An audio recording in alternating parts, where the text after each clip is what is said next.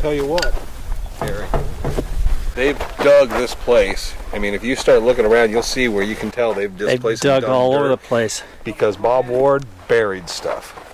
He was known to bury jars of coins, things he found. He would leave notes. Buried 4 rifles yesterday. Really? So he buried guns because he lived in this cabin in the middle of nowhere. Anybody could break in and steal his stuff. So he'd hide it, he buried stash and it. hid it out here, and people have always been digging everything up because they know it's not a worth. Well, who knows what it's worth? You know, you never know what he had. So, but any gold he found, he buried out here. Any coins and change he had, money he buried out here. Rifles, guns he didn't have with him, he buried out here. So it's always interesting looking around. So this guy was on the claim with Tom? Tom had a claim out here. He had this, where those guys are up there at. It's called the Staircase Mine. There's a mine that it's collapsing now, but it has a staircase opening in it. Not to be confused with the spiral staircase. It's called the Staircase Mine. So why did Tom have him out here to be a caretaker of... To watch, to make sure nobody was messing with the claim. Okay. This was the DeCook claim in the DeCook cabin. Then Tom and them took the claim over later. And when they came into the claim, Bob had been divorced, I think. And since he was displaced and didn't have they said, hey, we'll bring you out food and stuff if you'll stay out here and kind of watch out for everything. And Bob was known as being kind of one of those guys people didn't mess with, so he's a perfect guy to install on. What was that up there? Do you see it? See it, Terry? Follow my finger. See right there? In the cliffs, or? There's a little flat spot, and you can see where it's shining. See it? Yep, I can. See it, Britt? Nope. It's below this point. There's that point. Just start following down below, and you'll see 2 shiny objects side by side. Looks like that could be a little bit of a tailings pile, maybe there, right there. It's not tailing, that's metal. That's metal or glass. Well, that's or one of them balloons. But I mean that area looks like it possibly could be a little bit of tailings right there. Balloons, sometimes you see them move because they kind of shift with the breeze. Yeah. You always see that little kind of like winking or like you think it's a person. Yep. Because it's a little movement to it. This isn't moving. It looks a little flat, dirt. Like I said, and that's the stuff out here you look for. You know, you come out and then you know some spots, you go back, you kind of mark them out, and then you come back on another trip and you go out there and look for that one, and then you see something on the other side. Because you never know when you're going to find that box of rifles or a jar of coins, and that's the cool part to me. So also... It's not always the value of something, it's actually finding something at the end of the trail. So I've been in areas for years and haven't noticed things, and then all of a sudden I notice it. And why it took me years to notice it, you know? So you're always, like you say... When you're looking at the spot, you can kind of see a game trail that goes off to the left on a diagonal. Going up, And then it goes it takes the angle back, and it goes up into that cleft in the rocks. Yep. So it's hard to say. It could have been someone years ago was working up there, and they were staying up in those rocks above the claim, which is pretty common. Those guys like to stay above that claim where they'd be uphill of it when they weren't working it. And if someone came into the area, they'd be uphill, which is classic. You know, want to shoot downhill like the guy. Yeah, have the higher ground. It's still a nice place. Regardless of everything else that went on out here, just imagine just living here. Yeah. Yeah, Salvador has stories because he worked and knew most everybody. How the hell do you live out here? I mean, you have to hunt and stuff, or what? No, they go into town, they make some money, and they do some odd jobs. They'll pack people in, they'll do, and that's what Sal was. Sal was that guy that just went from guy to guy. Whoever needed something, I'll hire you for $100. You dig over here, okay? So maybe Tom and them needed someone to dig something out. And they told Bob, here's a couple $100 we need you to dig. Bob's too lazy, he's got his food and stuff. So Sal, I need you to dig this hole out for $100. Yeah. So Bob made $100. He gives Sal $100. Sal digs the hole. And Sal was the guy that, with everybody, if you notice, he always went to work for all these different people. That was it. He was always that guy. All these treasure hunters hired him. Sal's reliable. He'll show up. He'll go. Sal's spent a week in the mountains. So I think that was Sal's role so often. Because there was feuds and a lot of problems between, say, Chuck Crawford and Bob Ward and different groups. Sal worked with all of them.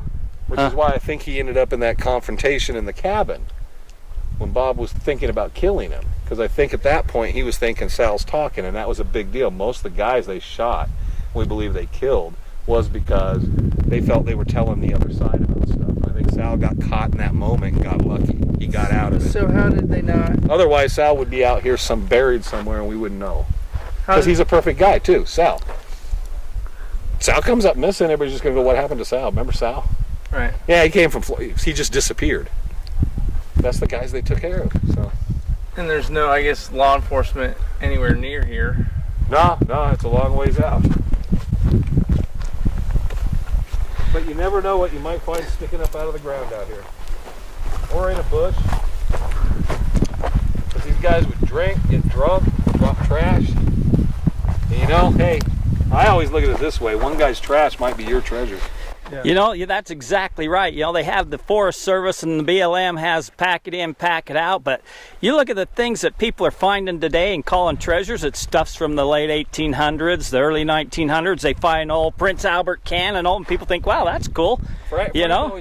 Eric Magnuson was a perfect individual. As you walked behind him, you'd find his hat in the bush. Something fell off his pack. Oh, yeah? And we always say, whenever you have a group of people working somewhere, it falls off of people. And that's a very real thing. So when you find an old trail, something, you should always be looking off to the side, because whenever they stop, they took somebody left something behind. Yeah. You know, and they left a canteen. So that's how guys find stuff. It's just in Arizona, out in the desert, people always think like back east. It's so much often it's surface. Mm-hmm. I mean, arrowheads. You get a good rainstorm, you'll find arrowheads and pottery because it all stays close to the surface. If it's underground a foot, 6 inches, someone buried it. So that's the nice thing of being out here. You'll always know, and especially this year with all the rainstorms, it's a great year to go out and kind of look because everything got washed out a little bit more, and you never know what might get uncovered, where you might see a depression and something like that. There's only two entrances. Main door in the corner there, and then the back door was right there. NBC one time they filmed him here, and they paid him $700 to film him for a few minutes. That was it. Lots of money back then. Back in the 80s, $700 to film you for a couple hours, it was a lot of money. So this is where the cabin was right here? It was floating. You see, this is the base for the pillars. This is one of them. The cabin was right here. Bob used to shoot right out there, right? He shoots you through the window, anything. Shoot through the window and shoot the bottles. Throw the bottles out across the wash. Yeah, and it was a small cabin, you know. It was really nice. You go back to the Trudies when the ranchers used to use it for a inland cabin. Yeah, it was a line cabin. Inline Then cabin. DeCook was in it, right? Well, he got killed here. Yeah, DeCook died here. Who was the other guy that got shot here? No, you're thinking of Trapper on the other side of the... Oh, the other one? Yeah, Okay, Trapper that in was the it. other cabin. So DeCook got shot here. Yeah, here, and he died here. Shot So here. why did he get shot? Well, that's a longest story that can be Sal told. doesn't want to tell the... Which version you want to tell? Well, the version is that... I want the TV version. The TV version, well, the Hollywood version is that he shot himself, Okay. and he changed his mind, and then he tried to walk out of the door to look for help. When you can see, if you get shot in the arm, you're gonna have a hard time walking out of here. If you get shot through here and come out through here, how far you gonna go? You'll be lucky to make it to the door. But anyway, when I come here, the blood was dripping all the way to the door. He got shot like there. There's a hole in the ceiling, and the blood dripped all the way to the door. So you came here right after it happened? 2 weeks after it happened. You found him then? No, he was already been buried and everything, but you can smell the stink of it. Oh, yeah. Yeah, 2 weeks later, you can smell the stink. That was terrible. That's a history behind this cabin. Is this the cabin where Bob sat with you, was going to kill you? Yeah, right here. He was sitting in that corner, on that wall, and I was sitting over here. About 10 foot apart. That close, that close. How is there a cabin Maybe on that the close. It was here. He don't went for the ghost. It was that close. He don't went for the ghost. It kind of sat out this way. Yeah. And, And it sat, you can see the foundation ends here where they had it built up. And it sat out, and you looked out over here. He'd throw the bottles out across the wash, and then he'd sit here and just shoot at them. If you look around and look at the cactus, you'll see that they shot everything up out here. He was a good shot too. He don't miss. So this cabin was still standing here in the 80s, and it's... Yeah, until it got torn down by us. Who tore it down? The museum, you can ask Greg, but the museum tore the building down. And I think they used the material from the building, because there's photographs of them when they tore the building down. Oh. So I think they took it in at the museum, like the barn and stuff, where they needed old wood to build outbuildings. Yeah. They used the wood from this. So they were going to tear it down. They allowed them to come in with a trailer and haul all the wood out. Yeah, that was a nice cabin. Was a real. So they were able to preserve it. From the Trudies, all the way from the Trudies. So Sal, If Bob would have popped you over here, he would have shot you. Where would have he buried you? It's a couple shops over there. Couple what? Couple shops over there. And a couple shops all around here. So Yeah. So he just dumped people in the shafts. yeah, and that's what. Wow. Yeah, that's. How did he get away with all that? Hey, Who's gonna check? No evidence. Nobody knows who they were. Yeah. Back in those days, there was no cell phone, no nothing. So you disappear. Right. Yeah. Sal comes out, that guy's gone. He don't know what happened to him. Yeah. So, do you want to tell, or you already got this on film, or so you want to tell why he was mad at you? Why you thought he was going to shoot you? Or? The reason he was actually mad at me because he said I talk too much, and I said, Bob, knowledge was meant to be shared. You know, he was very private about his life, and he don't want people don't photograph. You know, actually, no book about the mountain was right until Carlson. You know Carlson, what's his name? Who? The guy who do hiking through the Superstition Mountains. Jack Carlson. Jack Carlson. He was upset. If I would done that, he will really kill me because he said that if you need a guide book to take you to the mountain, you don't deserve to live. That was his philosophy. And I said, thank God I learned how to hike before I met you. Yeah, he was funny about him, but and I understand why he wanted to do that. He don't want to turn the Superstition Mountains into City Park. Right. He said, you want a City Park, go to Mesa. Go to Mesa. And so he was the old school, and that's why. You know, if you don't know where the water was at, hey, it's a problem. So I got a real quick question. Yes. So was this cabin already here, or did Bob Ward build it? No, it was here since the 30s. Since the 30s. So he found it and kind of refixed it up. And Tom Collenborn and some guys got the staircase claim, and they needed someone out here to watch the property. so they built it. Bob, I think, was getting divorced, wasn't he? Yeah, And he didn't have a place to stay. So they made a deal with him. We'll put you up out here while we're working that claim. That gives us someone to watch the claims while we're out there. Yeah, so he was like the watchdog at first. Ah, okay. And then they let the claims go, but Bob was still out here. And he got killed because they needed. This is a BLM land, and they wanted the BLM land so they can trade it for something else. If I were to say he died in vain. He died in vain, you know. They killed him for nothing. Huh? He's just para treasure hunting. You know, you treasure hunt, sooner or later they're gonna find you there one way or the other. Yeah, the long story, Hensley. Dan Hensley, that was his. I know him, but Dan had nothing else. I don't know. So is that who you was working for him when you lived there? He was in charge of the money claims. Bob Ward was his bodyguard and contractor. So when he wanted something done, he asked Bob Ward to get it done. And he's the guy that paid my friend the $200 for 2 weeks' work, who found that him and his friend found the treasure. What they call the Lost Spanish treasure cave. He was working for him. He got paid $200. I got paid $200, and everybody happy. So they broke into an old mine up there? No, the dog ran, went into a tunnel. They went to save it, and when they went inside, there was like a incline, and then a flat, and then like a wall. And on top of the wall was another flat roof, and there was a skeleton holding a Wonder Buster. Oh. And a ruby about that big, and another one was like a scribe on top of it, kind of share it in a desk. So Well, that was up here? Ah.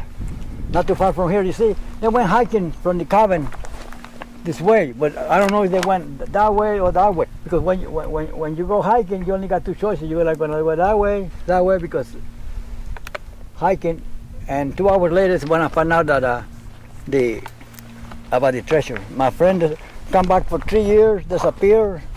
Then Rick went and asked me about the question about the ruby, and I told him about my friend, and he said he don't know my friend, but he knew my friend's friend. And then my friend's friend disappeared. So far, You know, Rick Wayne is the last survivor. Look. You see it? You see the rock? The red one? Yeah. What you can tell me about that rock? I don't know. Tell me. It's a river rock, don't belong here. Oh, you're right. It's rounded and everything else isn't. You're right. Yep, you're right. Yep. And that's why you need to pay attention. Souvenir for you. Hey, thanks for the souvenir. Yeah, that's why I found lots of things, because I notice everything. People tell me that I got eagle eyes. Now, what it means, I don't know, but that tell you that they don't come from here. They come someplace else and drop here, one way or the other. But that's why that we're here. Take a good picture of this. Yeah, I got one of already. Yeah, that was where Diane used to live. Like I say, he was in charge of everything. Bob Ward was his bodyguard and contractor, and Bob Ward make all the arrangements. And thank God I bring my friend, because I don't trust his friend. 2 hours later, they told me the story about the skeletons and the red ruby. She asked me how much you think I was worth. I say, based on the dimension what you're telling me, it'd be worth about $2 million back in 1985, 86. So you don't know what happened to the blunderbuss, to the skeleton? As far as I know, they're still buried. So how long did you live out here for? From 95 to 91. Bob Ward died in October 15, 1991. So you was here from 85 to 91? To 91, and Bob Ward died on October 15, 91. So you tramped these hills all around here? Since 82. Since March 17, 82, I've been tramping those hills. And you see that thing? There's a depression there. Yep. How deep it goes, I don't know. Yep. Once you train your eye to follow things, you look for what's not natural, and that ain't natural. And you see the wood? They had wood around it, yep. Okay. Yep. And that's what... It's dug down right there, yeah. And like a sinking. Yep. Over here, the same thing, you see depression. That's why you always look for natural, and that's how you find things. Yeah, long stories, man, about this place. Yeah, I'll bet. Indian pottery. Save it for souvenir. Or you don't want, I give it to somebody at a camp. Yeah, give it to somebody at camp. You know. Well, as you can see. Yeah, it's rounded on the. Yeah. It looked like a rock to most people, but as soon as I saw it, I knew that was not a rock, because you see the black. Yep.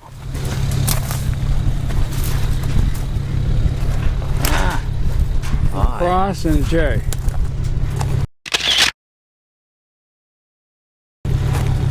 Man, that's pretty small. You got a good camera? Wait, let me point. Oh. We go? Web go. With double B. W-E-B-B go. What does that mean? Weeble? We go. Web go. Web go. Web go. You see what I was talking about? Web go. Yeah. You don't know where to find it, you can look forever and never find it. Yeah, it's small. So what does that mean? And who did it? Well, the story according to Bob Ward is that in the 1800s, the rabbit gold shipment from Gulf Hill to Florence, they got caught and they got shot. But before they got that shot, they all died. One of them told them to say, find a cactus with the lettuce web go, and he got a railroad spike pointing the direction of the where I buried the treasure. Bob found the cactus, found the nail, and he took the nail out of the cactus, and he lost the nail, and forgot to tell me which direction the nail pointed. But that's go back to the 1800s. Right there. Well, I can tell you what's right there, and I can tell you what's someplace else. Oh. But you know, I just know that he never told me where the nail was and which direction, because if it was here, the pointing that way was pointing to the west. So it can point. Yeah. 180 degrees either way. Probably could be 180 off. So Just stick a stick in there. See which way it points. I'm saying. no, but my point, I want to show in a few minutes because this is something the dance needs to know, and it's close enough to the camp that you don't have to go through gates and everything like that. Yeah. And you have a locator. I believe that you got a locator to long-range locator. You can locate the treasure from here. Because this is just a point. This is where your starting point. Yeah, just a point. So your B point could be in 360 degrees. Anyway, I just want to let you know. Thank you. Yeah, now we can go home because everybody gonna be go.